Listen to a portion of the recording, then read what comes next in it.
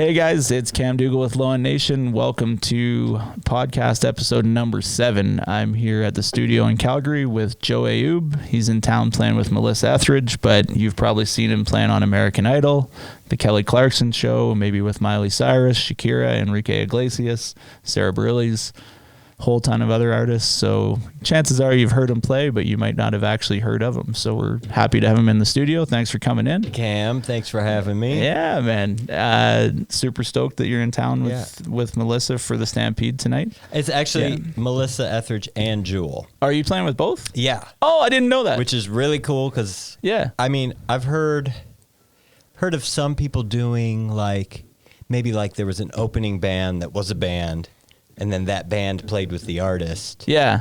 But we're full on, it's Melissa's band. Yeah.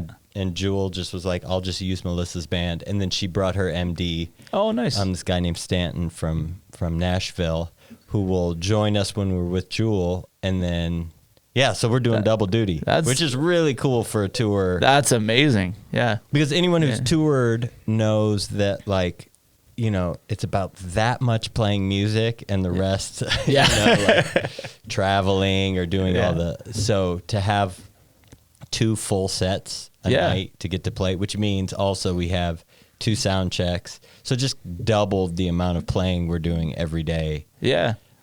Which has been awesome. Yeah, it's both tonight. And get combined 2 gigs into one, and that's great, man. I didn't realize that, so I thought you were just playing with Melissa tonight. Yeah, so double duty. Yeah, looking forward to checking it out. Yeah.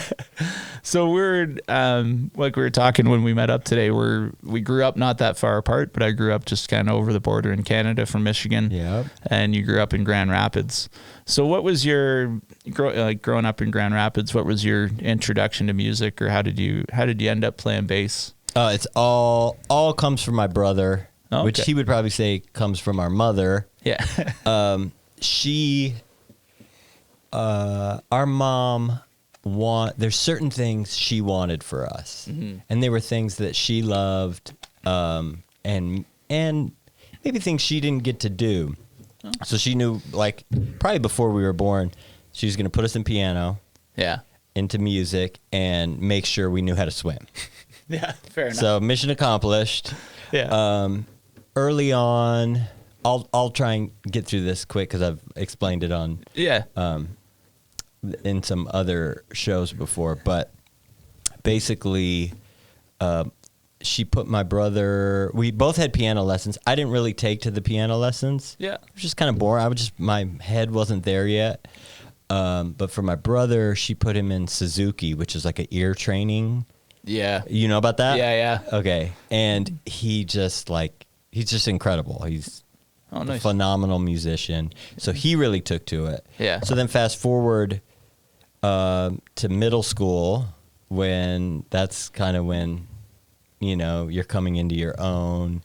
And I'd abandoned piano up until then, but my brother got a guitar. Oh, okay. And he was like, look, if you play bass, that way we'll be in a band. We had a friend from church who recently passed away. God rest his soul. Sorry to hear that. But that was our first band. And, I really wanted to play drums, but he was big into being like, if you play bass, we can really get this band thing going. And I was like, okay, done. Yeah. How cool is it to be in a band? Yeah. And then I just sort of, it was my everything from then on out. I always say too, I had this really great upbringing, great family. I love being in Grand Rapids. My middle school era was tough, classic, sort of like a rough middle school. And I was just, probably at discovering insecurities sort of start at that age, 12, 13. Yeah. So music was just this light that came out of nowhere, and then I just hadn't stopped since. Nice. To this day. Yeah. So that's kind of the backstory. But my brother, and then I got formal lessons and then studied in college and did the whole thing. But most of the early stuff came from my brother because he would sing and play piano, and his ears are just crazy. He could pick out anything. So he sat there and taught me how to okay, listen to it. Listen again. You hear that? he taught me how to learn by ear. So Cool. there's something cool about, it's the only thing I know, Yeah. but learning by ear first. Yeah. And then figuring out, what does that look like on paper? What does that look like if you write it out? What chord is that? How do chord movements look on a paper, like a chord sheet? Yeah. So all that came later, but it all started with just figuring out your favorite songs or whatever that were on the radio. Which is, it feels like an easier way to really get into music when you're a teenager, because you're not so focused on I think the theory and the reading is what pushes a lot of people away, because it's not the easiest thing. Yeah, I was plunking out, Mary Had a Little Lamb on piano. Yeah. And I was like, couldn't wait to get back to cartoons. You know what I'm saying? I was like, this is not my jam. Yeah, but if you could just sit and play a song that you knew right away, you would probably take to it a little easier. Exactly. Right? So, yeah. When I worked out my first Guns N' Roses Metallica line, I was just like, what? Am I playing this? This is great. You feel like you rule the world. Oh yeah. Yeah. Nuts. I think we started playing bass probably around the same time and with a lot of the same music, because I had a Metallica Kill 'Em All tab book or something like that. Oh, cool. That was, I just learned to play by buying Guitar Orion World and stuff. Yeah, Orion. That was one of the first. And pulling teeth. Yeah. Anastasia Pulling Teeth was. I thought it sounded killer at the time. I'm sure. Yeah. I'm sure it wasn't quite as good as I thought, but. And once you got into playing bass, other than obviously Metallica, Guns N' Roses, but what were some of the influences that you had at that time? So I kind of lived in two worlds. So I was definitely into what the heavier stuff early on, and at that time Nirvana was just coming out. Oh, okay. I remember they were playing Nirvana on Headbangers Ball, so it was still sort of like, what is this? Yeah. So then all the alternative bands sort of blew up, and I was way into all of that. My brother got me into a lot of the older repertoire. He was way into the Beatles and Simon and Garfunkel, and things like that. So I had that too. My mom had old Motown records. I loved that too. We were just kind of just eating anything that was in front of us, like loving it. And then my brother got more into jazz. Oh, okay. So then sort of like crooner jazz. Harry Connick Jr. was big at that time, but that led us back to like Tony Bennett and Frank Sinatra. And then we had friends in school that were playing straight ahead jazz, so we started getting into playing more straight ahead or bebop type.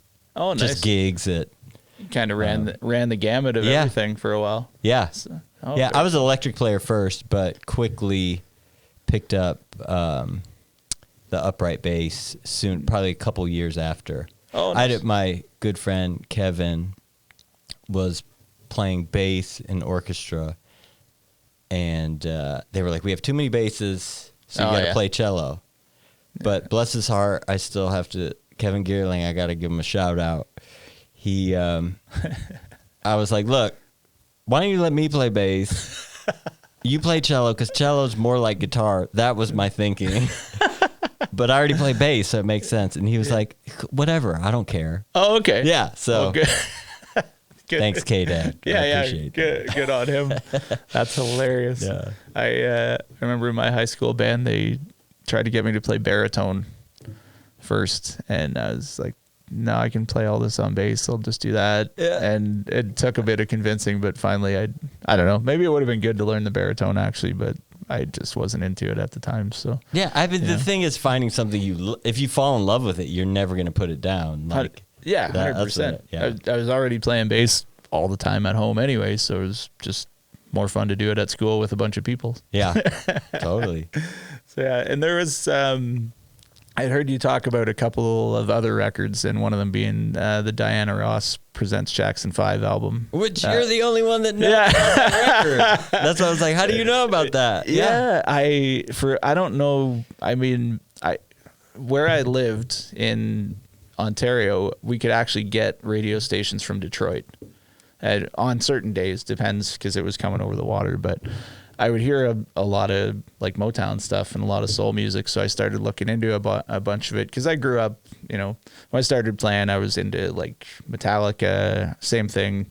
Pearl Jam was a huge band for me back in the day. But when I started looking into like soul music and hearing the bass lines, and I happened to just randomly pick up this Jackson 5 record and then put it on at home. And nobody talks about the song when they talk about James Jamerson, but Standing in the Shadows of Love off that album, I think, is probably one of the best James Jamerson bass lines that he ever played. Like it's unbelievable. And then you've got like Who's Loving You's on that record. And I think, was I Want You Back off that record too? I think it might have been. But I don't think it's on that. It might, maybe not. But that whole record is Jamerson. ABC is on there. Yeah. Oh, yeah. I'm pretty sure. Yeah. And it's the whole record is Jamerson and Wilton Felder, and it's like, to me, two guys that like played some of the best bass lines we've ever heard. Right. So we had it on record, so nice. You could really hear it. Yeah. And the bass popped. I always say that, and we had the Fifth Dimension record. Oh yeah. And Joe Osborne. Yeah, the hair medley from that. Yeah. And I didn't know it was Joe. I didn't know who Joe Osborne was till way later. Yeah. But that song, like, there's something that snapped, that it clearly now changed my life. But the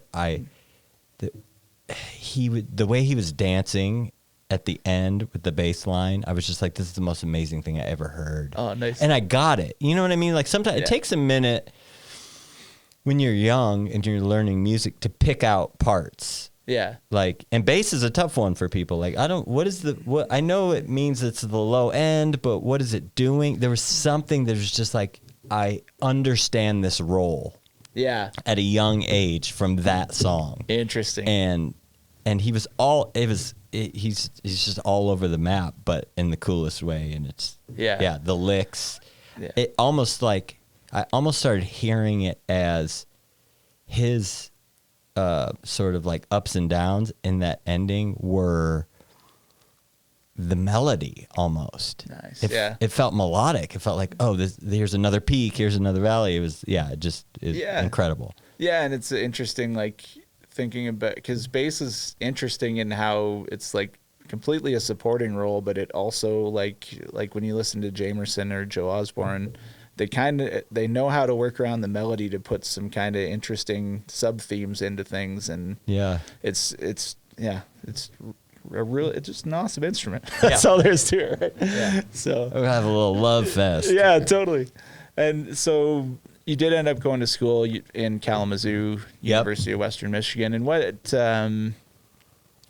was that a big change for you as far as playing music, or was it a fairly easy transition just to move into, I guess, formally learning music? I also played in Grand Rapids Youth Symphony. Oh, okay. So I was in orchestras. I didn't really always.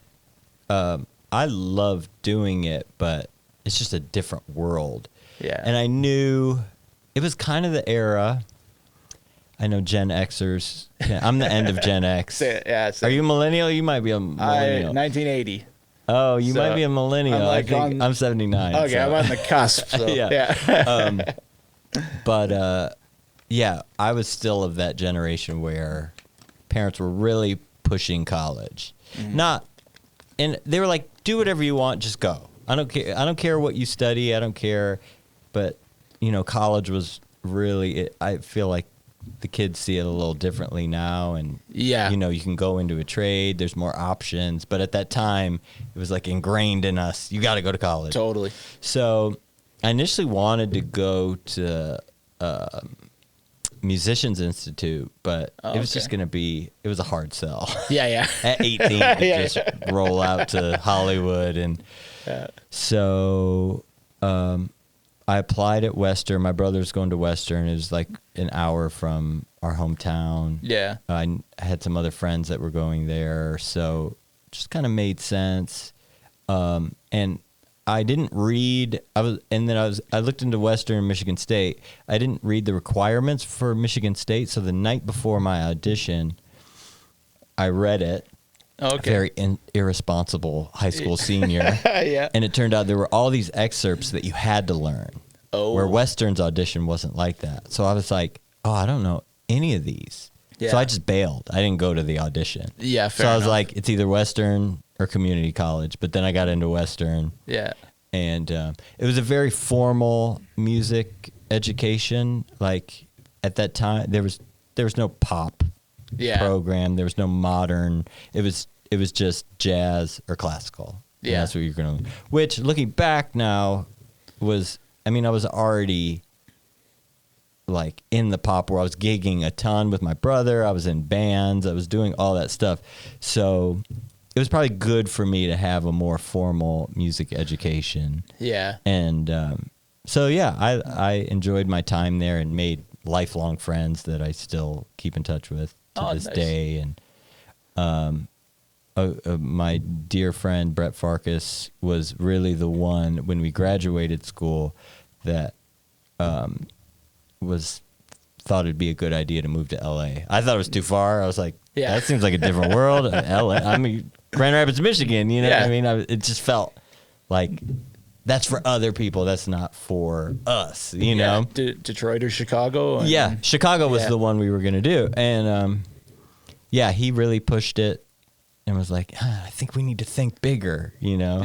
Yeah. And so there's a whole group of friends that moved to LA because of his vision with that. So we're all very grateful to him. Very cool. For that. Because that was life-changing. We were talking about geography earlier on the ride here, and being there changed my life. Yeah, and you, like we were talking when we were hanging out a bit earlier, it's like there is a bit more of an opportunity for people with the online thing and YouTube and Instagram to get noticed when they're not in a certain place. But I mean, a lot of gigs exist in LA or in New York, and if you're not there, it's like you can be as good as you want, but there's other good people that are going to move there and get the work, right? Yeah, like it's just what it comes down to. So, and we were talking about that. I mean, that is changing a bit because everything is so online, and you can kind of see what someone's doing or how they're playing, what they're playing, who they're playing with, and I think people are more bold into about maybe hiring someone in a different state to be like, oh, you know, this is enough of an audition. Yeah. So I don't know. Times are changing. Yeah, it's interesting. Yeah. And I guess like obviously you've been doing American Idol now for 7 years. 7 years. Just completed our 7th season. That's crazy, actually, that it's been 7 years already on that. Yeah. Because you came over when they switched networks, right? Correct. Yep. And so there was a bit of a hiatus, and then they came back on ABC. Yep.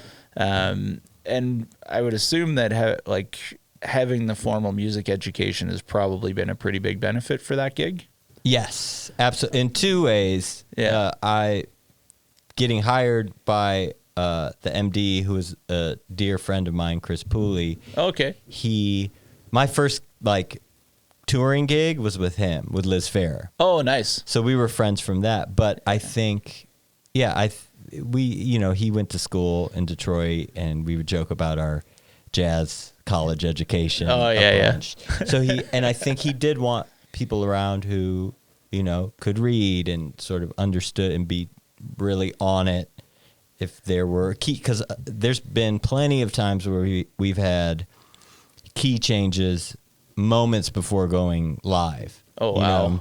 Yeah. And there's no time for a new chart. Yeah. There's no time so I think he wanted people that can sort of adjust. Yeah, you want to on that level. You want to have people that are going to jump off the cliff with you. And yes, be exactly. Confident that they're going to pull it off. Right? Yeah, exactly. Yeah. So, and then you're on the show. You're playing electric and upright. Yep. I would at university, was it a lot of upright playing? It was yes. We didn't really. My teacher, Tom Knifick, wasn't big on electric bass at the time. He was kind of a purist with the upright. I think that was just his world. Yeah. So we didn't really do much. Okay. I mean, he encouraged it outside of what we were learning in the lessons and in my classes. But as far as the formal side, it was all on upright. Yeah, fair enough. Yeah. Which is probably good for me because I gravitated more to the electric. Yeah. But it was good to be in that sort of like, no, stick to this. Probably to develop upright chops you might not have developed otherwise, right? Yeah, so, exactly. I have one, but it sits in my basement. And I think I played it last year once. Nice. So I bet it looks really good. Yeah, it's a great piece of furniture, but I wish I would have been kind of pushed into a situation where I actually had to take the time to get good on it, and I'll get there one of these days. But in the meantime, it looks beautiful in the living room. It really does. I get a lot of compliments. Yeah. Do you what does an average day, I guess, on the American Idol set or an average day at American Idol look for you? I'm sure it changes throughout the season depending what's happening, but yeah, at the beginning of this, when the band starts, they're pre-recorded shows, so they're not live. So those usually it's like 2 or 3 days of pretty intense rehearsals because I always say that as the season goes on, you get less kids, which means you get longer arrangements and less sort of volume. Yeah. So right when we start, the first thing we do is Hollywood Week, and that's the most intense for everybody because it's like, I don't know, 50 kids or something like that. Yeah. And everyone's changing songs and they're quick arranged and there's not a lot of time to spend with each kid. Yeah. So, I mean, some are adults. I shouldn't call them all kids, but the contestants is a better way to say it. Yeah. It moves pretty quick. So yeah, it seems like that'd be a pretty intense time, and I would assume that if you can't read music, you're probably in a bit of trouble just because the changes are so rapid, right? Yeah. I mean, it's probably it's majority like a master rhythm chart, like like chords, but there's always unison lines and things that you'd have to read too. Yeah. So I think the toughest part is, I would say, like, you have to capture the ethos of the song. Yeah. So when you're doing that much volume, you don't necessarily have to have everything verbatim to the record, and that's not necessarily the point of the show, because sometimes the contestants have an idea of what they want for an arrangement. Sometimes Chris has an idea of what would be good for this contestant. You know what I mean? Yeah. So those are actually easier because then you're kind of crafting your own part. It's more like being in the studio, where you're crafting your part for whatever's happening, which is super cool. That's super fun and moves quicker Yeah. because I think everyone has those instincts. So, I know what to do. We're doing a reggae version of whatever. Yeah. Okay, I have an idea what would work. It'd be this. Yeah. But so that's one side. The other side is capturing whatever the part is. Like for me, it may be more time consuming if it's a key bass part. Yeah. Figuring out a cool way to transfer it to electric, or play it on key bass and making a patch that works. Yeah. That cuts on TV, because a lot of times key bass patches sort of get buried in the mix. They can be tough. Yeah. So it's really like constant decision making of what would be the best thing in this moment. And I love that, because you're just fully engaged the whole time. Like these long days, and you like, there's no lulls. You're just going. And I think the band, the singers, everyone's fantastic. We're all close friends, and we all have that. Like, we love being completely engaged for this, nice. This day, and then the next day, and then. And that band sounds heavy. They're great. I went back and watched a bunch actually this morning, and it was. I saw a couple. There was like an Evanescence. Somebody did, and the guitars came. Like, yeah, these guys are cooking. But that's actually really interesting about that gig, because it's such a produced TV show, I would kind of assume that you don't have a lot of creative freedom. But it sounds like you're actually pretty free to, like, there's a lot of points where you get to go and, like you said, figure out how am I going to translate this part, or if it's a reggae version of a particular song, I assume they just trust you to come up with your part, and it's going to groove. So it's interesting that you get to be creative in a setting like TV, you figure that everything's kind of scripted out a lot of the time. But that's really interesting. Yeah, it's a really good balance of, and now 7 years in, obviously you build even more trust with your colleagues. So for the most part, it's we just know what to do. Yeah. And if we don't, or if there's something that is sort of like not happening, then, you know, the MD will kind of guide us back into figuring out what's going to work best for this. Yeah, for sure. Yeah, just it's funny. I never really thought about it till we were talking about it, but it is a lot like being in the studio and crafting your part. Yeah. You know, it's different because you also are trying to make sure you're respecting the tune itself and not straying too far from that. Yeah. But yeah, it's a balancing act. It's just like playing a live gig in the sense we're like, okay, we're generally in a supportive role like we were talking about, but how far do we want to push the sort of like taking it somewhere too? Yeah. Because no one wants things to be boring. No. Right? You do need to have a level of sort of excitement and maybe some risk, but then there's a line where overplaying or really exciting music making. Yeah. You know what I mean? Like it's always finding, it's always searching. Yeah, there's a very fine line there, and I assume if you cross it, you get it. Chris. Chris always says, "I get it, but maybe not quite that much." Yeah. Or stay in the bag. That's the big thing. Like, we're on a country tune. Like, let's not do too many R&B licks or whatever. You know what I mean? Like, stay in the sort of major pentatonic. Yes. Yeah. Because every genre has its own language. 100%. And that's something like we were talking about on the way down, living in like I came from living in Toronto where playing nothing but R&B, soul, and hip hop gigs.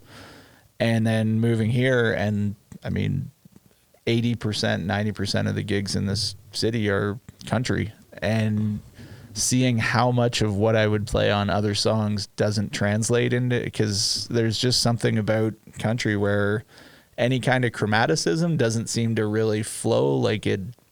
I find if you don't stick to certain things, it's just, like you said, it's the vocabulary of it, and there's certain things that just don't work, and you figure them out in a hurry, but it's a definite change. So, you know, being a bass player like yourself that's playing all kinds of different stuff, there's that switching of vocabulary probably becomes really important. So. Yeah, and I personally love it because I just, like I said, when I got into music really hardcore when I started playing in middle school. Yeah. Like I was just eating up everything. So and how often do you get a gig where you get to play a little bit of every right? Yeah, like, exactly. So I mean, you hear some it's like I don't know, some of the modern country stuff. Mm-hmm. Man, it's so good, and it's almost like can't tell the difference between that and a pop track or an R&B track. Like everything is so blended right now too, where it's the subtleties of that crossover thing and trying to find your place in it as a player is that line, especially like with country, has become definitely a lot more blurred with the new stuff. It's an amalgamation of a lot of stuff, and there's some Nashville guys. The song I can think of off the top of my head is I Had to Learn Before He Cheats by Carrie Underwood. Killer. Oh, the playing on that is insane. Dude. I don't even know who's on it. Jimmy Lee Sloas. Okay. And I'm still, people hear this podcast before I get around to it, but I'm working on a video for that because that song's a masterpiece on bass. Yeah. It's incredible. Killer. But so of course, then I figured out who played it, and I went back and looked at like every song he's worked on. Who's on drums on that? I can't remember who the drummer is on that, but drum part on that is huge too. So, and then there's Joss Stone did a record called LP1. Okay. And it was the first record that she, I think, either put out herself or executive produced on her own, that used all Nashville guys. Like Michael Rhodes was on bass, and I think it was Chad Cromwell on drums. and that it's an R&B record, but it kills. Like it's awesome. Those guys, like, you know, same thing. It's like they basically play country stuff, but they crossed over on this R&B record and kept a little bit of the Nashville vibe in it, and it's unreal.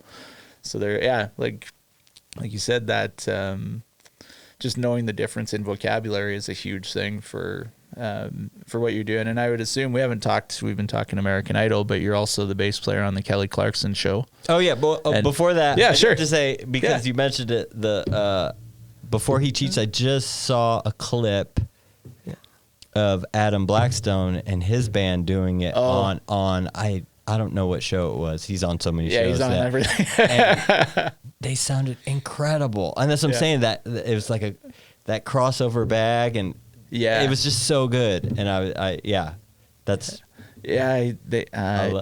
his arrangements, I remember getting who did I meet?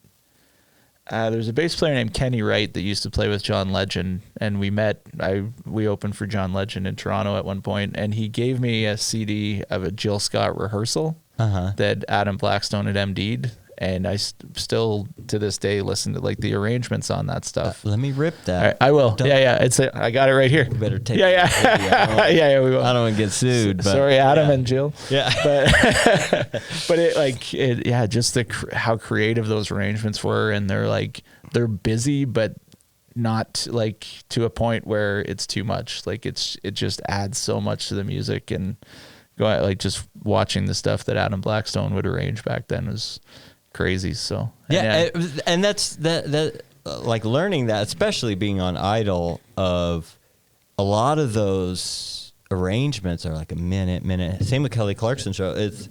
They're like maybe 2 minutes tops. Yeah. So you do have to sort of like arrange in a different way. Yeah. Like you don't have the longer arc. So sometimes being busier or more intense, quicker it's an art unto itself. You know, that's really a fun thing to do, to sort of say, okay, I got a minute and a half and we got to go from here to here. Yeah.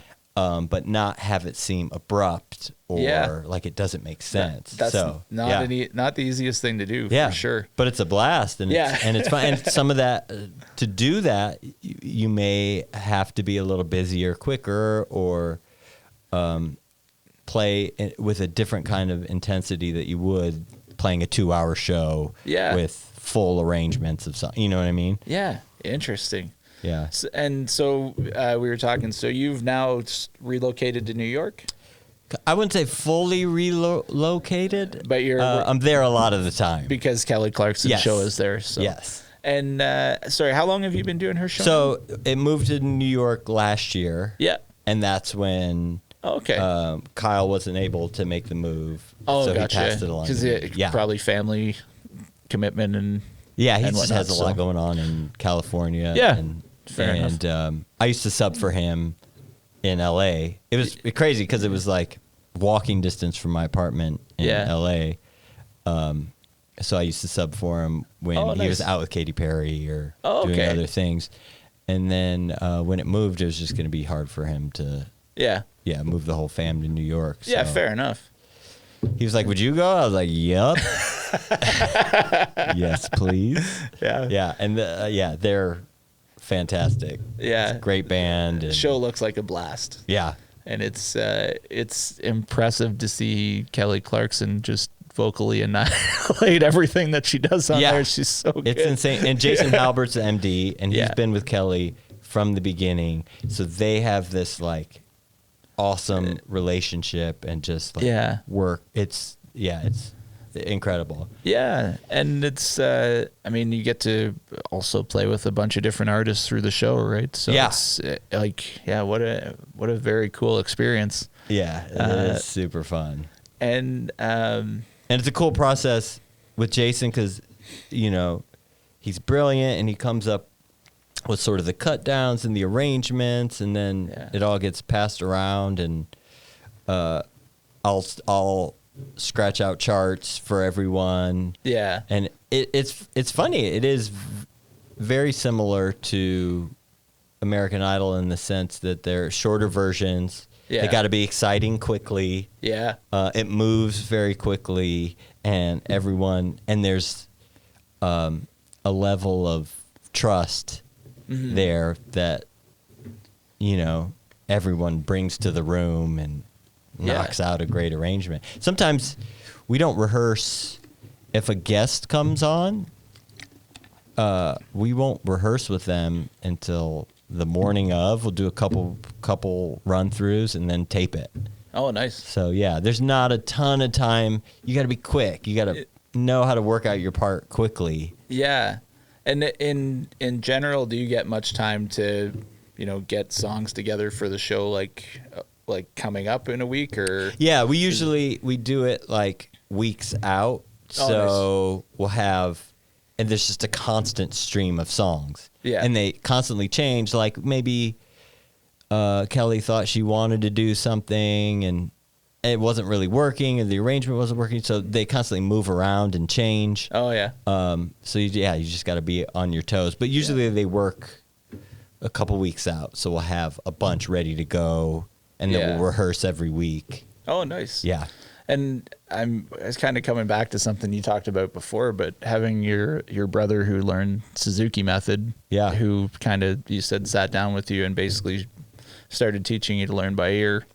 That ear training, I think, from the sounds of it on American Idol and the Kelly Clarkson show, is probably pretty critical for being able to just adapt as things change. So, absolutely. And I think more critical than the eyes, because even if your eyes are telling you something, and I write the charts, so sometimes they're wrong. You don't write those in Sharpie. It is funny. The guys are incredible. Yeah. It's Jason, Jocko, and Lester, and they're hilarious and just incredible musicians. So oftentimes they won't even, if I wrote something funny, they just play the right thing because they know what to do. Yeah. Jason won't they'll bust me out if they can, of course. But if there's no time for that, they just know to adjust to what the right thing is. Yeah. They're so sharp. So and then you just get a little look with a smile. Yeah. Or have a late night last night. Yeah. But that's maybe the ears had to be so quick that everyone's just adjusting all the time. Yeah. Oh, very cool. But I mean, they sound like, you know, like you said, gigs where you got to be on your toes and things move very quick, but it sounds super rewarding. Yeah, so definitely. And then, so funny enough, while we're on the topic, sorry, I didn't mean to cut you off again. Good. But being out with Jewel, they rehearsed in LA without her like a couple days I wasn't available for. But for me, there were 0 rehearsals. We just played the first show with her 2 nights ago, and we ran a couple things at sound check, and that was it. And then we were ready to go. Oh, nice. So it's and Jewel loved it. She was like, I don't think I want to rehearse anymore. Like, let's just I'll take that. Just this idea of you know, if everyone does their homework, you can really pull things off. But now I don't want to put that in the you know, world that we shouldn't have rehearsals are great. Yeah, totally. But if everyone does their homework and the materials are available to you, that you can work wonders for sure. Yeah, and then you're just fine tuning a few things and away you go, right? Yeah, as opposed to, you know, okay. Yeah, because nothing beats having the time to develop things. And when you tour, the cool thing about touring is that you're playing the same songs. Yeah, and they'll develop on their own. Like you don't need to micromanage that. That'll just sort of turn into what it turns into. And I mean, at the level of gigs that you're playing, you're playing with good musicians. Yeah, no matter whose gig you're on. But I mean, I like when you get a different group of people together, and some people haven't played together. After a few shows, you're gonna find that groove, and things will start, you know, kind of building and progressing, and there'll be those little things that everybody kind of picks up on that make the song a little more interesting. That I guess you find that in rehearsal a bit, but I think performing in front of a bunch of people kind of is a different vibe, and you start feeling things out a little better from there, right? Yeah. So Yeah, totally. yeah. And it's fun to be. It's just exciting for me to be on the bandstand, like Melissa's band. Eric Gardner on drums and Max Hart on keys and guitar, and kind of does everything, pedal steel. Yeah. And those first couple shows with Jewel, now we have 2 down, and you're going to see the third one tonight. Yeah. We're just constantly locking eyes and figuring out, okay, we're trying to follow her. Where's this going? Are we vamping? Are we? Yeah. They're just like, it's like playing jazz. Yeah. Oh, yeah. I mean, it's pop music, but it's the same concept of like, and I really learned that playing straight ahead gigs in high school and in college, and this idea that, we know the basic form, but we're gonna go on a journey and we're gonna figure it out as we go. Yeah. And to do that on a pop stage is super cool. Really cool. And that's do you have are there any Melissa songs that are your favorite? Like, because you're stepping into some pretty big shoes there. Right? Those records are like Pino. Yes. Chris Chaney. I know Mark Brown played on a bunch of her stuff, but is there one of her tracks that really stands out for you? Yes. And Kevin McCormick too. Oh yeah, Kevin McCormick was on that. Into the Dark is one of my favorite tunes of bass line. First song and lyric melody. I just think is an incredible song, but the bass line is also insane. It's the coolest fretless part. I think it's Mark Brown. I think that one is. Yeah. I can't remember for sure, but And I hate to go straight to the biggest hit, but for those of you, maybe the younger musicians who don't know, anyone our age would know, but Come to My Window bass line is a masterpiece. It is. Beginning to end. Yeah. The song is a masterpiece, but go listen to the bass line again. It is a masterpiece. It's so beautiful and melodic and dances with the melody, and I love that. So when I got the gig, when I got the call, I was like, oh, this is gonna be so fun. Yeah, totally. Because I already loved it. Yeah. She has a song called Shadow of a Black Crow that I think is pretty profound. She's incredible, and there's so many songs. Yeah. And that's cool too. So there's like that set list that is like half the tunes we have to play, like the classic tunes, and then half she mixes it up. Oh, like cool. she puts so much care into writing a different set list every night and always interchanging songs. And so we're working off a list of tons of tunes. Yeah, so you got to be on your toes. Yeah, you got to be on your toes. Pretty much all the time. Yeah. Do you ever get a chance to not be on your toes? I love it. Yeah. Yeah, I do. Yeah, there's not much else I'd rather be doing than that. Yeah. So, but now, I mean, this is my third year doing it. So now I got the catalog. It's more like scanning it to be like, okay, I know what we're doing. Every once in a while, it'll be one way deep cut that I'll have to revisit before the show. Yeah. But not as often. Yeah. So it's, you've kind of got the catalog in your head of what you might have to play and just need to refresh here and there. So that's not a bad situation. Yeah. And then obviously the Jewel catalog, is she got sort of a set, or is she also hers is a little more set than Melissa's. Yeah. I think because it was so quick to like, we got to go out there and let's focus on these 20 songs. Yeah.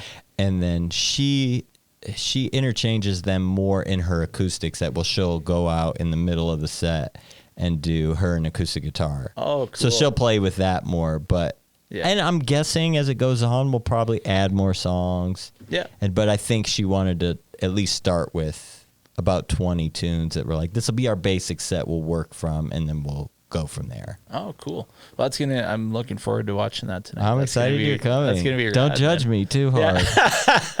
Never start playing wrong notes. Yeah. I heard that. They'll just send texts. Yeah. So one thing I've got to ask you about, because everybody is, sorry, this is my wife, Stephanie, over here. What up, Stephanie? This is Joe. Welcome. Yeah. Don't you have a gig right now? I'm soon. ready soon. I'm getting picked up in an hour. Oh, okay. My face on. Yeah. Okay, yeah. good. So he's playing with Melissa Etheridge and Jewel tonight. Oh. So Okay, well, I sort of picked up on that a little bit. Yeah, double header. I didn't realize that part, because I had found video of you playing with Melissa, so I just assumed that. Well, yeah. that's Well, you. there's only 2 gigs on the books with Jewel so far, so there's okay. probably no video yet. Yeah, totally. Yeah. So yeah, but thanks Yeah. for bringing that Nice over. to meet you. Yeah. Yeah. Wait, did you bring another bass? Oh, bummer. I brought you allergy medication. Yeah. I think I'm good, but it's allergy season Are here. you allergic to me? Oh, yeah. Allergic to everything in the air right now. Americans in Canada. Yeah. Yeah. Oh, there must be an American around here. Yeah. So I have to ask you about one thing, because it's how a lot of people actually know you at this point, I think, is from the Scary Pockets and Pamplemousse stuff. So I guess, how did that relationship come about? Obviously you must know Jack pretty well at this point. How did they get you into these? Well, I believe Chris Pooley threw my name out to Ryan Lerman, which is half of Scary Pockets. Yeah. And then I just got a text from Ryan that was like, and I'd already seen the stuff, and I was like, this is cool, you know? Yeah. What a cool thing. And seeing a bunch of my friends, you know, it's such a LA musician collective, Yeah. and then grew into just a musician collective Yeah. of tons of musicians from all. So I first started seeing friends in these videos, and then I got a text message from Ryan, and he was like, would you want to come do it? I was like, absolutely. Yeah. And then that led to doing more, and then it led to doing some of the Pamplemousse stuff too, because Jack is in both of them. Yeah, with his wife's partner is in Pamplemousse. The two of them are Pamplemousse. It's their duo. Yeah. Yeah. And it's funny, like, we were talking about like network TV show, like 2 network TV shows, like, Yeah. more people notice the Scary Pockets and Pamplemousse stuff. Yeah, totally. It's funny because we're all on Instagram all the time. Yeah. And usually on TV, like, bands were more in the shadows where they really, you know. Yeah, it's harder to notice, I think, because that's a habit I had back in the day, was like, the example I can think of is like, I was watching the BET Awards one year, and they had a tribute to Shaka Khan with Prince and Stevie Wonder in the band. And whoever was playing bass, I'm listening. I'm like, God, holy shit! Like this guy's killing. And same thing, couldn't see him, but could see sort of an outline. And then I think I watched to the end of the credits to see that it was Andrew Goucher. Oh, Goucher. Who's like, okay, yeah, you know. yes. But I was gonna guess him or Alex Al. Yeah. Oh, and Goucher, Alex Al's a monster, dude. He's Yeah. hard to find stuff on too. Such a fan. But yeah, both those, and I actually hadn't heard Andrew Goucher's name before. I'd actually heard him play on other recordings, but yeah, like you say, on those TV shows, even though there's millions of people watching, a lot of times the band's kind of low light in the back. But the Scary Pocket stuff is, you know, you're right, kind of everybody grouped into a studio, and it's hard to miss your hair. It's a little shorter right now. Yeah.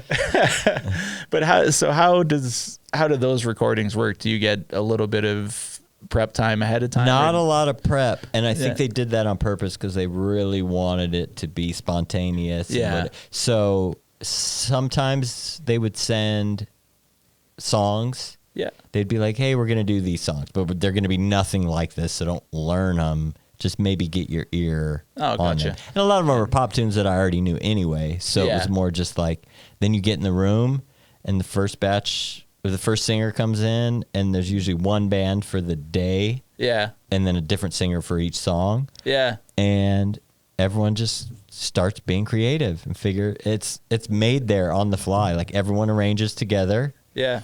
They do it quickly. Again, everything's quick. Yeah. On your toes. They do it really quickly and try and come up with a cool arrangement, and then, you know, the form. Yeah. And then we just start taking takes. And then they Nice. pick the best one. Yeah. And put it out. Yeah, very cool. Yeah, and really fun. do you Super have fun. do you have a favorite one that you've done so far? I think I don't know. There's a lot. I really liked. I think it was because it was the first time I did it. Yeah. We did a cover of Kiss. Oh, nice. Yeah, I saw that one. And it was just. I think it's because it was It was one of the early ones for me. It was the first time. I think it was the first day I'd ever done it. Oh, okay. And I was just like, oh, that's cool. Yeah. That came out pretty cool. So maybe that's one that comes to mind. But yeah, there's sorry, I wasn't prepared for that question. That's I'd all have to good. go through, but there's Yeah, a bunch that I love. Yeah. And there's, I mean, you've like opportunity to play with some legendary musicians through that with Larry Goldings and Robin Ford. Oh yeah. Those the scary Golding stuff was really cool. There's one. I think did I have it right? Humble Strut that I watched that was killing. And funny enough, I didn't know. They kept saying, well, Robin will get here. We were setting up, and they were like, Robin will get here at whatever, 1 o'clock. I'm like, who's... Okay, cool. Rob, I just assumed it was one of the singers. Yeah. And then, of course, Robin Ford walks in. Yeah. So they, you get limited information, but it does... I like that. Yeah. You know, I like to find out that morning, like, my bass is ready, here we go, and then Robin Ford walks in. It's like, how cool is that? Oh, yeah. Yeah, it's... and it's... interesting, like there's, I haven't heard of most of the singers that are in these videos, and they're all incredible. Like they're, and I assume a lot of local LA musicians, and I like, we have a 3-year-old. I'm in the bubble. It's a lot harder to get, like it's harder to digest new music right now because we spend a lot of time listening to Frozen. So, which I found out Abe Laborio played bass on and has some killer tracks too. But but they're really just impressive with the amount of like the talent of everybody involved in the arrangements, and especially knowing that, like you said, they're doing them quickly. Yeah, it's the final result is really cool. So, I think that's really. I mean, I guess maybe the consumer doesn't realize that, but everyone in that sort of LA music community, that were a part of it, that knows, like that's the charm. It's like it's you're playing with your colleagues, and something cool came out, and it wasn't overthought, it wasn't over rehearsed. It was just and it's funny. Same. On the Kelly Clarkson show, Kelly, a lot of times we'll work out an arrangement and we'll sort of have something beforehand, but we don't play it with her until oftentimes not at all. Oftentimes they'll just take the take. She'll come out, because she always does it before the show. Sometimes usually before the show starts taping. Okay, she'll come out and sing, and sometimes she's just like, nah, no rehearsal, let's film it. Oh, cool. And we'll get it on the first take. Yeah. And that, again, like, it's so beautiful. And there's something that if you overthink something, sometimes you can kind of kill the charm of it. Definitely. So, accidents will always happen. And, sometimes you need another take or whatever. Something got unplugged or the camera wasn't. And that'll happen too. But sometimes to just grab it. Well, you can rehearse the life out of something in a hurry too, right? Yeah. Like it's that spontaneity is kind of what makes it interesting. So, but it sounds like you've got all these gigs that are like, even though they're sort of pop gigs, are extremely creative, which is extremely creative and cool. Definitely keep you on your toes. Yeah, and I love it. Yeah, at the end of all this stuff, everyone sort of looks at each other like, I think it was good, right? It felt good, you know what I mean? Or sometimes it's just like, whoa, that was amazing. Or sometimes it's like, maybe we need to do that again. Yeah. You know what I mean? Yeah. All runs the gamut of all that. Yeah, for sure. That super interesting. And so in all the stuff that I've seen you playing so far, for the most part, you're playing a P bass. And is it a vintage P bass or? I have a bunch of P basses. Yeah. The one I use the most is actually a 62 reissue that I got in the early 2000s that I love. Yeah. It just sounds good. I don't know. It's just it's just a special one. Yeah. But yeah, I have a 66 that doesn't come out much because it's the super wide neck. Oh yeah, feels like a 6-string neck. Yeah. So I like thinner necks. Yeah. And then the other sunburst one where the red is sort of missing. Yeah. It faded is a 72. I use that one a lot too. Oh, nice. Yeah. Yeah, I bought that early 2000s also from a great bass player, Kurt Schneider. Oh, okay. Yeah, I use that. That's I leave flats on that, and I usually have dead rounds on the white one. Oh, nice. And then I have a couple more that I kind of keep around. Yeah. I'm never satisfied. Yeah. I hear that. I know. Yeah. And then like obviously American Idol though, you've got a Music Man for that. Yeah. J bass and a little bit of everything on those gigs. Yes. And then like the P bass tone on the Scary Pocket stuff is incredible. Are you running basically direct, or do you run into any kind of preamp or? You don't have to bring much. They usually, a lot of times they were using Nobles or whatever they have. Ryan has at his house. I think he has I don't know what he had, like APIs or something. Oh, okay. Maybe Neves. I don't know but whatever studio, they usually do what they're going to do. Yeah. You can bring, I mean, I have a Noble. I have a Ready DI that I use. Yeah. Both are often. Everything sounds so good now. For Melissa tonight, let me know how it sounds. Yeah. That's a Rupert Neve. Oh, okay. Which I think sounds great. Yeah. Just sounds like bass. Yeah, a lot of people really dig those. Yeah. Good. Another super awesome preamp. So. Yeah. And then there's one, actually, I'm curious about this one because I didn't see. So you guys, with Scary Pockets, you did Fantasy by Mariah Carey. Okay.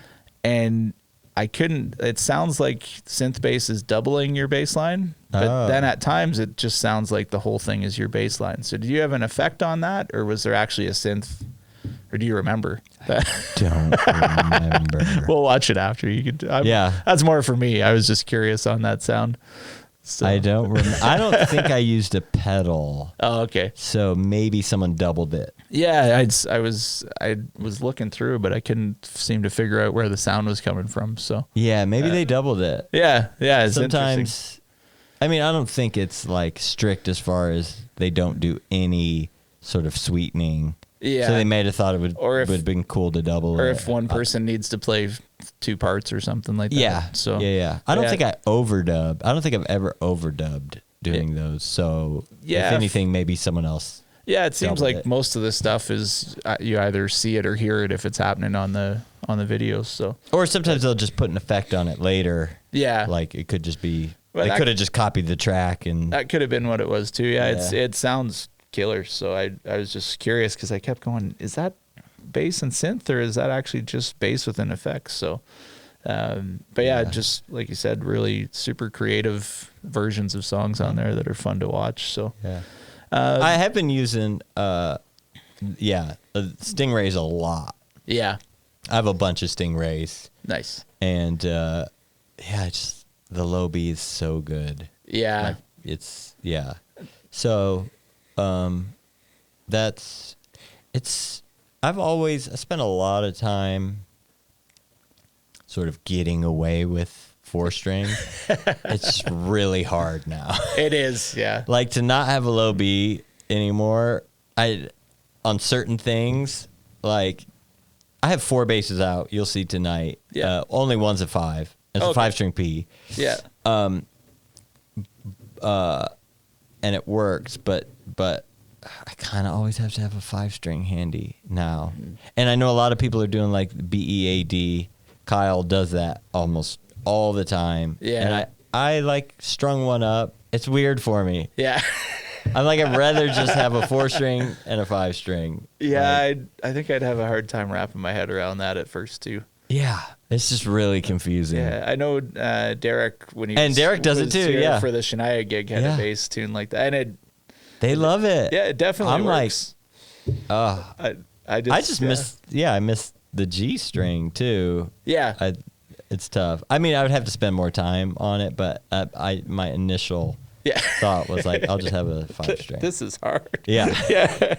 Yeah. It seems like it would take a bit for sure to get used to, but Yeah. I get it too. I mean, playing a 4-string so much more comfortable, and I gravitate towards them most of the time. But whenever, like, if like we were talking about corporate gigs, it's a lot of pop stuff, and if you don't have a low B on those gigs, it's the 4-string with the octave doesn't always really serve the song the way it should. So yeah, it's the opposite. Where I think early on, especially in LA, you get in trouble for bringing a 5-string. Like certain purists would be like, bro, what are you doing? Yeah. And now if you're like, just bring a 4 and don't even have that available, it's almost like, what, you got a 5 in that bag? Did you leave it in the car? Yeah. You got it, right? Yeah. Where it's like, It's at home. Sorry. yeah. Yeah. I'll still try and get away with it. Yeah. Fair enough. But I'm not a purist in that sense. Yeah, I love it. A lot of times. Oh, we were in Aspen Oh, okay. last week, and we had a night off, and the night before we were playing at the Belly Up, and the night before Lyle Lovett played. Oh, wow. And it was Lee Sklar and Russ Kunkel. Oh, so nice. We got to go. So we went and saw the show, and he played his Dingwall Yeah. Dingwall 5. And man, they sounded so good. Nice. Yeah. Yeah. To see those two together was man, they've really played special. on so many things. Yeah. Like that specific pair. I know Lee played with Russ Kunkel a ton and Carlos Vega. Yes. All that James Taylor stuff. Yeah. Yeah. Like just that. Yeah, that would have been wild to watch. I haven't had the chance to see him live, so that would have been. Oh yeah, super it was cool. really. I mean, I'm such a super fan, but that's the first time I really got to see a whole show of him Yeah. playing. He played one bass the whole time, never Nice. changed, and it was just beautiful. It was perfect. He's a guy too that just seems to like whatever he picks up, like because he had that Frankenstein P bass that he played, and then I watched a Phil Collins concert from the '90s a while ago, and he's playing this Yamaha. I think it's a TRB 4P. Sounds incredible. Like it's like, oh, where can I get that one? Yeah. Like, I need that now. Yeah. It sounds so good. So, yeah, he's just kind of works magic with whatever bass he's got. It's in his fingers. So, yeah, 100%. Yeah. So I guess we've kind of covered the gigs and the gear. Being a guy that's, you've worked with a lot of big artists and you're playing on some big TV shows, what advice would you have for younger musicians that want to get into being a sideman and getting on the same type of gigs? Ooh, good question. Oh, like I was saying before, 20 years ago, Yeah. my advice for sure would have been move to a big city. Yeah. Move to wherever the thing is you want to do. Like if you're a straight ahead jazz player, you were gonna move to New York, Yeah. And if you wanted to do more pop touring, you were gonna move to LA. Yeah. So that was like, and I'd be as bold to say that that's 50% of the equation is just being there. Yeah. I think so. Because when Brett and I moved, within 6 months, we each had a road gig where we never had a road gig in our lives. Yeah. So, we just weren't going to get that out of Grand Rapids, Michigan. Yeah. So we just had to be there. Change location and all of a sudden. Yeah. So Yeah. I do think that's changed a little bit with, I don't know. I'm a different generation where the younger generation are doing amazing things with social media and building followings and becoming stars, basically. Yeah. And so I can't really speak to that because I just have a different path. Mm-hmm. But you probably know. I mean, your podcast got hugely successful quickly. Yeah. So, there's a social media aspect to it that I don't really fully understand, but I know people are doing amazing things. So, Yeah. good luck, figure that out. But the other thing is, being around, being available, and I mean, to a fault, I know plenty. I've been criticized for it, where early on, I just I love to be playing, so I probably took gigs that should have paid more or should have had better, but I just wanted to play. And I don't necessarily, I definitely don't want to, ruin the standard for anyone else. That's a thing. But then also, like, man, I learned so much being on that stupid $50 gig that, they should have gave us dinner, but they didn't. But I met the drummer who we clicked and ended up doing something else together and changed our lives. You know what I mean? Like, I have a million stories like that. Yeah. And I know all my friends do too. So being open to paying some dues and maybe doing things that aren't just lucrative or just getting out there. Yeah, just getting out there, just playing as much as you can and doing different things. And I think that's a big one. And then as a bass player, for sure, always. Really, I know it sounds silly to say it. I don't know. I'm looking at you. Yeah. I'm sure you do it too. But as a bass player, like, the best possible thing you could do is treat every gig with the utmost respect and come prepared. Mm-hmm. Like, no, right? Like, I remember we were just talking about this. I was just talking about this with some friends that, like, remember all the gigs that we would, show up at a rehearsal space in LA, and it was just some singer-songwriter gig, like, local thing, and you over-prepared. Mm-hmm. And I remember always having a sense of, like, you're kind of pissed. You're kind of like, man, I put all this work in and no one else really did. Yeah. Like, why am I wasting my time? But it's worse to be on the other side of that.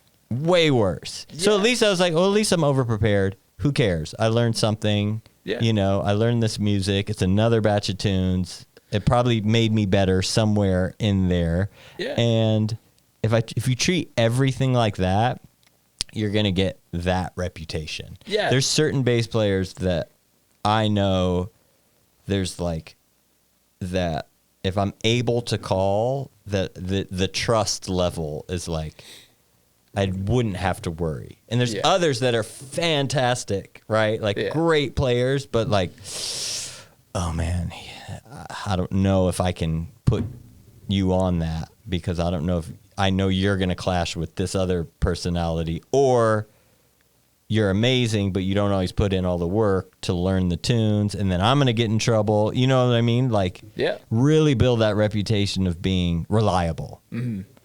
I think that's massive. Yeah, if you're the one guy that shows up prepared, that's going to travel. Yeah, it doesn't hurt. Maybe you put too much time in, but and oftentimes, and may also sort of approach that with some humility and say, instead of being angry guy who put in too much work and is pissed off at everyone around them, he didn't, be helpful.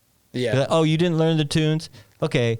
Well, we're here now. Like, I don't need to chew you out, or the artist doesn't need to chew you out. Let me show you some of these changes so we can all be on the same page. Yeah, we are where we are. Yeah, you can always turn it into a way to be helpful to other musicians. So interesting. Because we've all been there too, where maybe you learned a wrong version or something, and you look at the guitar player or the piano player and be like, hey, can you help me out here? And yeah. Don't worry. Okay. Do this change instead of here, and and if you've been the guy that's helped everybody out a bunch of times in the past, to ask for some help once is gonna not be a problem. Yeah, so oh, and I just think I think that's just what we're supposed to do for each other. Yeah, totally, absolutely. Yeah. Just say something. Yeah. Like, you could cut there and then because it's like if your whole job is to connect with everybody in the band. Yeah. So if all of a sudden you're pissed off at somebody and they know that, then all of a sudden you can't quite do it the same way. Yeah. Yeah. And generally, I've noticed too, oftentimes when someone's reprimanded, or the whole vibe of the room changes. Yeah.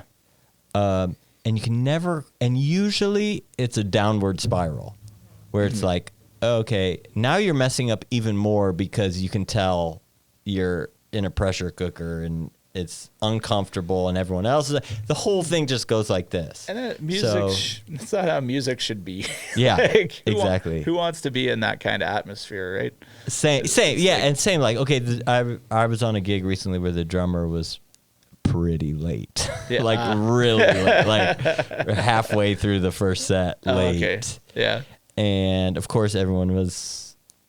I mean, of course, you can't help but be disappointed Yeah, of or course. angry about it. But the next best thing would be like, okay, do a solo piano tune here. Yeah. I'm going to put my bass down and just help him unload his drums so we can just get this moving, and like just always, like anything, just always think how you can be of service and help the situation and not sort of And make it worse. the people there aren't necessarily in tune with what's going on. Like, if people aren't there in that first set where the drummer's not there and they show up in the second set, it's no different to them. So everybody on stage looking like they're pissed at each other isn't really helping the gig, right? Yeah. So even though you have an absolute, like you said, who wouldn't be disappointed or upset, but it's just, to use the cliche, like the show must go on kind of thing, right? Like, so you might as well make the best of it in the moment.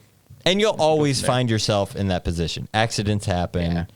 You're going to get a flat tire. Yeah. Like for me, this last year on the Kelly show, like they had all been there since inception. Like they were there the first day. Yeah. So they have 5. I was on season 5, so they had 4 seasons before me to really develop a thing. And I'm the only new guy in the band. Okay. So all last year, I relied on them for everything. I didn't, you know what I mean? I'd subbed, but it's way different than being in the band from the beginning. So I found myself in that position where I had to rely on them. Oh, like, okay, what does that mean? Okay, this is in the script. Do we play there? I'm constantly asking questions, and they were extremely gracious towards me, and they didn't have to be, but they were like, no, we're here to lift you up and help you get acclimated to how this works. Yeah. And same with Kyle. Like, it was his gig, right? That he was moving on from. Yeah. And he could have just cut it there and said, oh, I'm moving on. Good luck. Figure it out. Know, which still would have been gracious. Yeah. But he went overtime and like, call me anything you need, any sort of help with Sibelius when you're making the charts. Like, I got you. Awesome. Like, you know what I mean? I'll never forget that for the rest of my life. And if you constantly do that for other people, it's just always going to come back around, and it's going to be a whole thing. 100%. Yeah. That's awesome, man. Yeah. Another question I have to ask you, which I was going to ask you earlier, is do you have any one gig or any one show that's really stood out as just a, next level experience, or just the crowd was crazy? Is there any gigs that you've played that just, were kind of mind blowing? I mean, a lot, I would think. Yeah, I would think so. Yeah. Yeah. I think that there's, when you've done this for as long as we have, like, there's moments that you sort of are getting through it, and there's moments that are profound. Yeah. And you can feel that the heaviness from the listener, from the player, from your colleagues. So I think it's always I think you're always reaching for that. Yeah. Sometimes you fall short. Sometimes it just happens naturally. Yeah. And I don't know if there's one particular but it's interesting how you said it's sometimes it just happens naturally. Like, it's as much as you're in a band that's like, say you've been on the road for months or you've rehearsed a whole pile, it's still kind of out of your hands how every night goes sometimes. Like, there's just some nights everything gels better than others, and some night the crowd is different than others. But it's interesting that way, that you can never really be sure what's going to happen. Yeah. As much as you want to be sure. Yeah. So. Exactly. I do remember first tour, I got the first tour schedule. This is Liz Fair in 2003, 4 or something like that. Yeah. And this was my first like name Yeah. gig on that level, and I got the tour schedule, and at the end of it was a date to do David Letterman, to do the Tonight Show. Nice. So that, and I remember like getting in that mind. I'd never done anything like that before. I'm sure any musician in LA who's been in this world, who's done TV shows, like that first one is sort of like, whoa, like millions of people are going to see this at one time. Yeah. Like every note I'm playing. And you get a little precious about it. Like they're going to know that I was a little late on bar 22, beat 3. You know what I mean?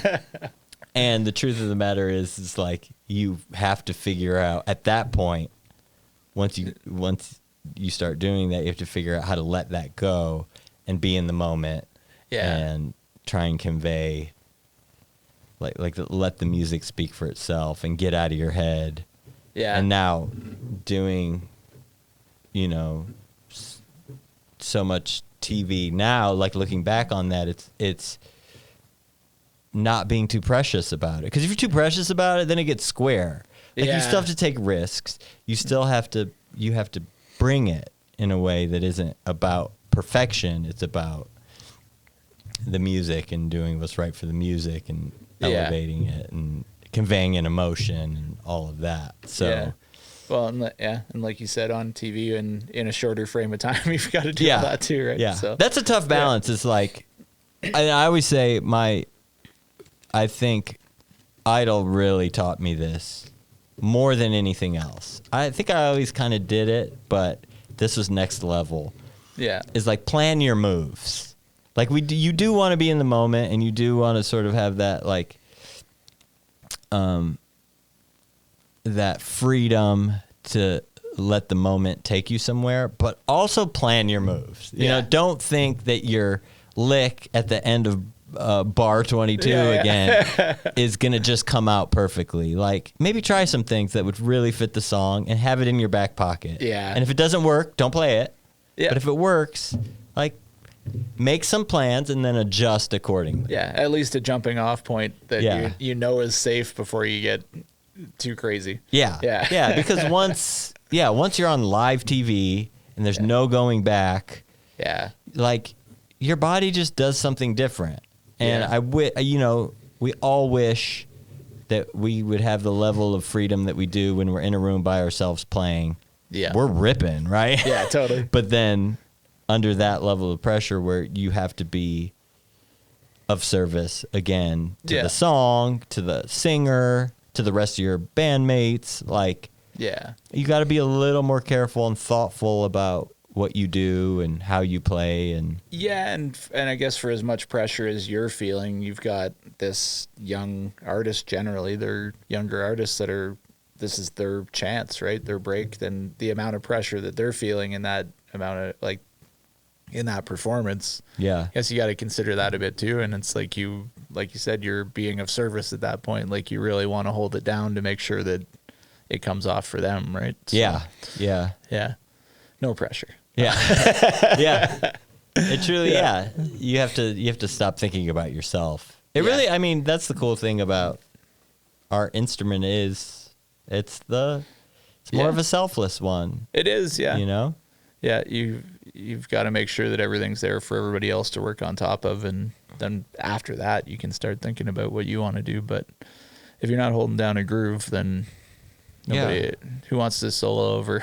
Yeah. Who wants to solo over bass fills? Yeah. Cam, when you picked me up this morning, so for everyone listening, we just met this morning, like we were talking online, but like we hadn't had a conversation till you picked me up at the hotel this morning. Yeah. And like after 2 seconds, I was like, of course he's nice. He's a bass player. I was like, this guy's great. Like, you know what I'm saying? Like, it's bass players. I could have guessed your personality. You know, it's like he's great. He's awesome and very sweet and accommodating, man. And like I think that's our bass player thing, right? It's and maybe it's it's the personality for that supportive role too, right? Is I think what you have to have. So Yeah, interesting. And like I said, Derek's a good friend of yours, and all everybody I've interviewed through since I started this Low End Nation thing, it's like every time I meet somebody, I'm like, what an awesome guy. Wait, so nice. And he was here. You said he came through with Shania? Yeah, he was. So how do you, I hate to turn the interview around, but how do you just kind of see who's coming to town? And if it's a bass, like, how'd you even piece together that I was going to be here? I was just so curious. With you, I look through, because Stampede here, like I said, there's so many concerts and so many artists coming through. So I looked through to see who was coming, and I saw Melissa Etheridge. I'm like, well, I wonder who's playing with her. Like, whoever's playing with Melissa Etheridge can obviously play bass. So, and then I was like, oh, wait a minute.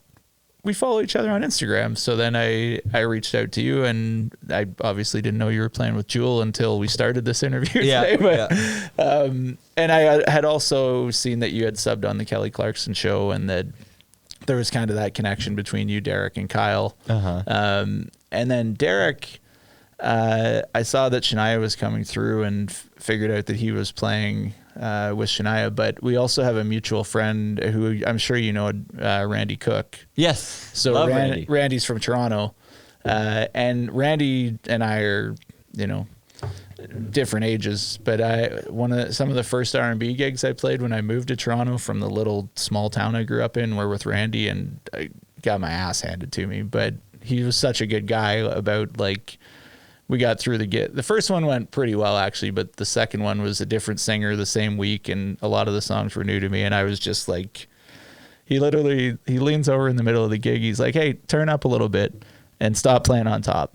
And I'm like, Randy. But I'm like, I was young, cold-blooded. Right? Oh, but like said it nicely, right? Like just like encouragingly, like, hey, like, turn up a bit and just stop playing on top. Yeah. But I didn't know what he meant, because I was such a young kid that I'm like, oh, what does he mean? And so I'm kind of like fighting my way through that gig. And then we get to the end of it, and, he we kind of sat and had a chat, and he's like, oh man, just work on this. And like, he was, such a good guy about coaching other musicians too. So, and I've always had a huge amount of respect for him, because I saw him play a ton in Toronto, and Randy's just a great guy. So, but I had reached out to Randy to say, hey, I know that you've worked with Derek and he's coming through town. Can you connect us? And so, but yeah, most of the other connections are just through Instagram and reaching out to people, and everybody.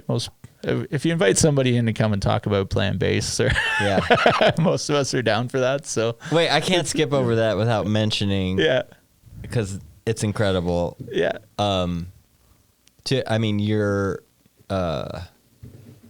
You're sort of reminiscing on how Randy was very helpful to you. Yeah.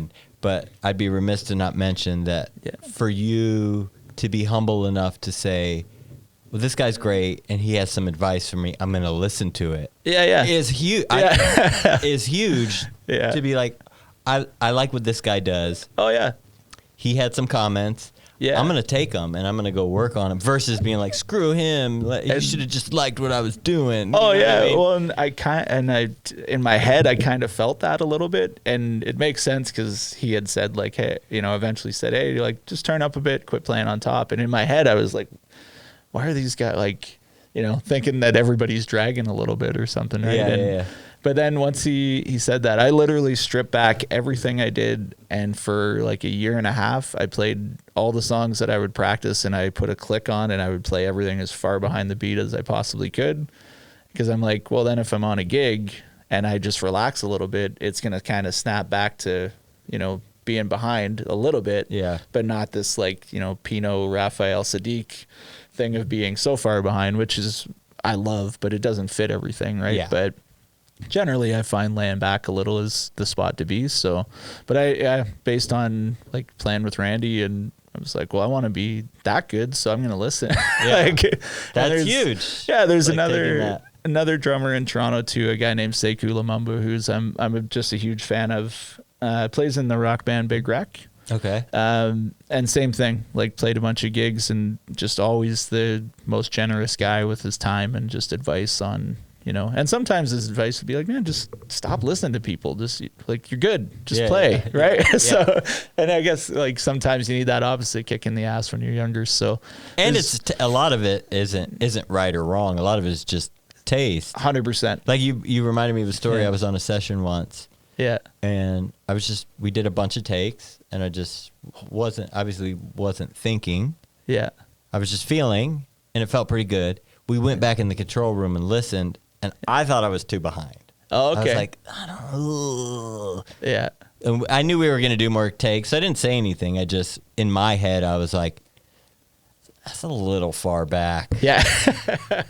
for my taste. Yeah. So we go back in, and I like made it a point to be like a little tougher Pushing and a a little little like more. pushing a little more. Yeah. And after one of those takes, the percussionist looked at me and goes, "What are you doing?" He goes like this, put it back where it was. Yeah. And I was like, "Oh, interesting." So everyone has a different feel of, Yeah. but it's I didn't tell him. I just adjusted a little bit, and he immediately felt it and didn't like it. Yeah. But I was like, That's interesting. Felt being, because Yeah.